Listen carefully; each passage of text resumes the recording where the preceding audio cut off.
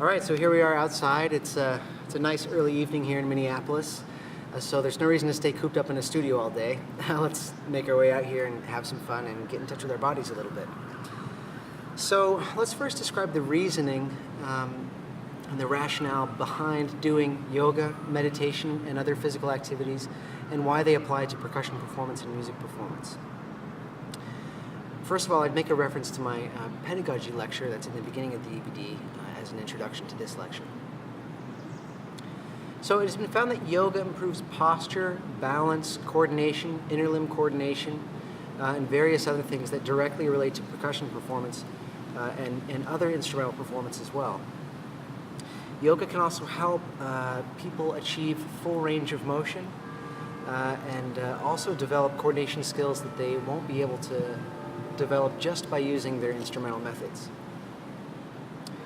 So these are all specified skills, but they're all very valuable for what we do here. And based on my professor interviews and my personal experience, as well as my professional experience teaching, and some additional academic research that I've done, I find that there's a lack of systematic information to get directly in touch with these body-aware components and how they directly relate to improving on percussion and other related instruments.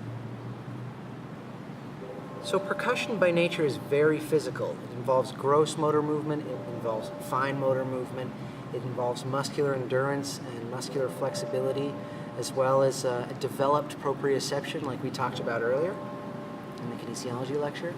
And yoga directly addresses all of these things and develops a stronger awareness of them as well, mentally. So upon examining a lot of very popularly studied percussion methods, I find that there is an enthusiasm and encouragement for body awareness and also physical conditioning. However, there's a lack of methodical ways and also scientific findings presented in these methods that would further substantiate the claims made and help with their confidence and educational integrity. So mindfulness meditation and how it applies to percussion performance and music performance in general. I'm certainly not the first person to think about these things as they apply to performance in the performing arts.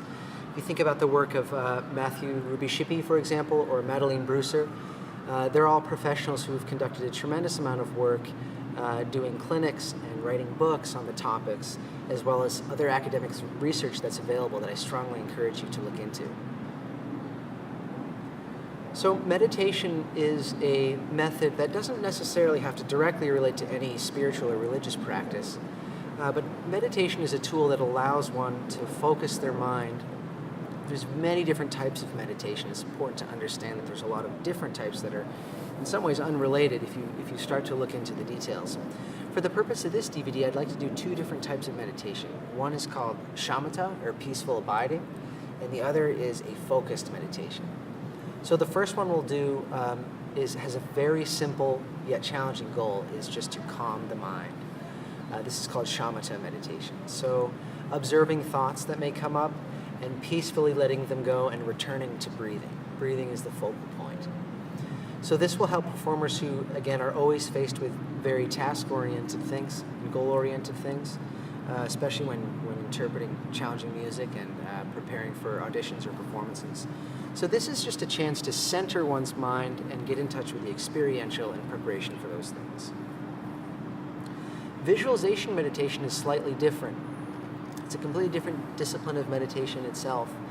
And what that involves is actually, first of all, getting in touch with breathing and calming the mind, and then B, actively envisioning yourself in a given situation.